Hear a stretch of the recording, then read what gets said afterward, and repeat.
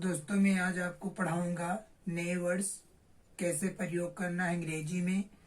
क्योंकि अंग्रेजी तो जान जाते हैं सारे लोग कैसे पढ़ाना है, बट वो यूज नहीं जान पाते हैं कि सारे का अर्थ एक ही निकलता है, तो कब वर्ड कहाँ पर कौन सा यूज किया जाता है ना। तो मैं आपको आज बताऊंगा पढ़ना की अंग्रेजी ना, हर एक वर्ड का प्रयोग कैसे अलग तरीके से यूज किया जाता है।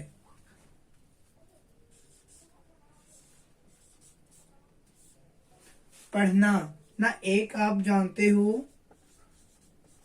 कि रीड शब्द का प्रयोग किया जाता है पढ़ने के लिए। आई रीड बुक, में किताब पढ़ता हूँ। सी रीड्स बुक, वो किताब पढ़ती है। दे रीड बुक, वो किताब पढ़ते हैं। तो केवल सिर्फ जब किताब को पढ़ेंगे तो रीड का प्रयोग किया जाएगा।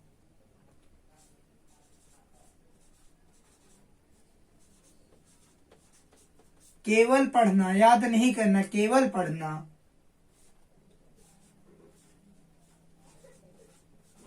एक वर्ड होता है लर्न। लर्न का भी मतलब होता है पढ़ना।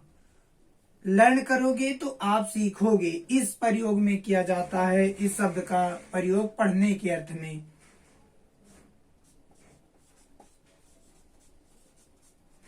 सीखना ना, एग्जाम्पल देखिए, मैंने कहा कि आई एम टीचिंग यू, मैं आपको पढ़ा रहा हूं। एंड यू आर लर्निंग, आप सीख रहे हैं, अर्थात आप पढ़ रहे हैं ना। तो इस तरीके से प्रयोग किया जाता है। एक वर्ड होता है स्टडी। स्टडी का भी मतलब होता है पढ़ना ना, जिसे आप कहते हो अध्ययन करना। अध्ययन करना अर्थात स्वयं से जब आप पढ़ते हो, अपने मन से पढ़ते हो किसी चीज के विषय में, तो उसे स्टडी कहा जाता है।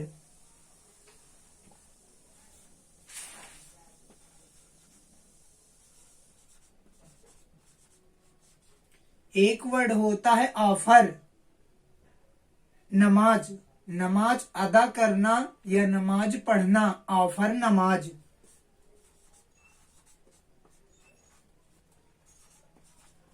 नमाज पढ़ना वैसे तो ऑफर का मतलब होता है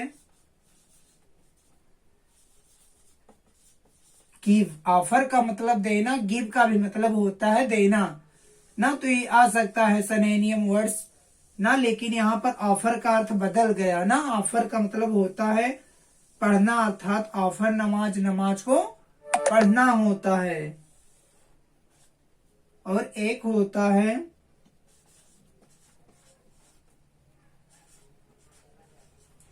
पोर ओवर, किसी चीज को पढ़ना, अर्थात समथिंग रीड केयरफुली।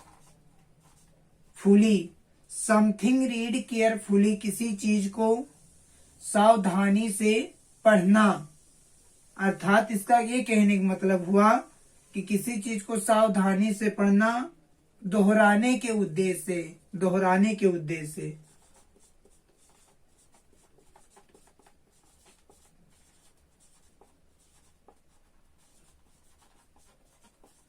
दोहराने के जब आप उद्देश्य से पढ़ते हो तो पोर ओवर। मैंने कहा मैं मैप पढ़ा हूं लेकिन भूल गया हूं।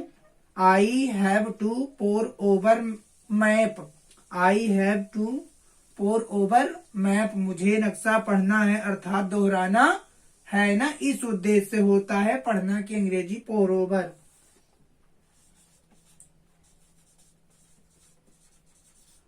एक वर्ड होता है गो थ्रो। गो थ्रो का भी मतलब पढ़ना होता है, लेकिन कोई चीज विस्तार से पढ़ी जाती है तो गो थ्रो होता है।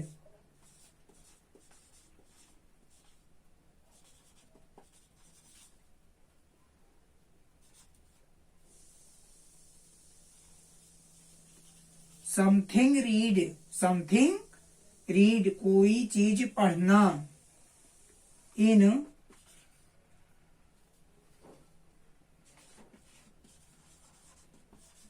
डिटेल्स, विस्तार में किसी चीज का अध्ययन किया जाता है तो उस पढ़ना की अंग्रेजी होती है गो थ्रो ना। तो ये होता है। और एक वर्ड होता है हिट द बुक।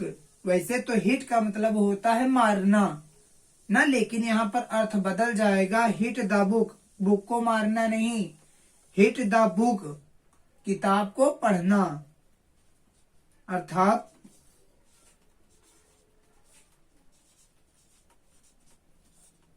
खूब पढ़ना ना, अर्थात hard study hard, study hard read ना। इस तरीके से जब पढ़ना होता है तो ये पढ़ना। रीड हो गया केवल आप किताब को पढ़ोगे, रीड।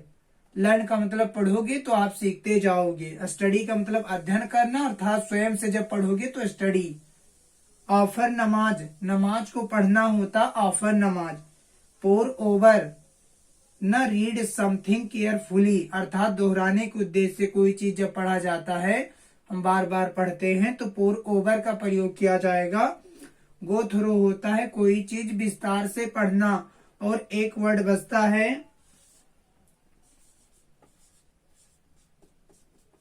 रिसाइट। रिसाइट का मतलब होता है पढ़ना, किंतु पोयम पढ़ना, कविता ना। पोयम को जब पढ़ते हैं तो रिसाइट वर्ड का प्रयोग किया जाता है। जैसे मैंने कहा कि व्हाट आर यू रीडिंग, तुम क्या पढ़ रहे हो, तुम कहते हो I am reciting, I am reciting A poem because I have learn, क्योंकि मैंने याद किया है ना। तो इस तरीके से पढ़ना की अंग्रेजी होती है ना। एग्जाम्पल पर आते हैं ना, तो मैं ना एग्जाम्पल नहीं बताते हैं क्योंकि व्हाइट बोर्ड पर जगह नहीं है ना। पढ़ाएंगे नेक्स्ट वर्ड अगले वीडियो में अच्छे अच्छे मीनिंग्स के साथ।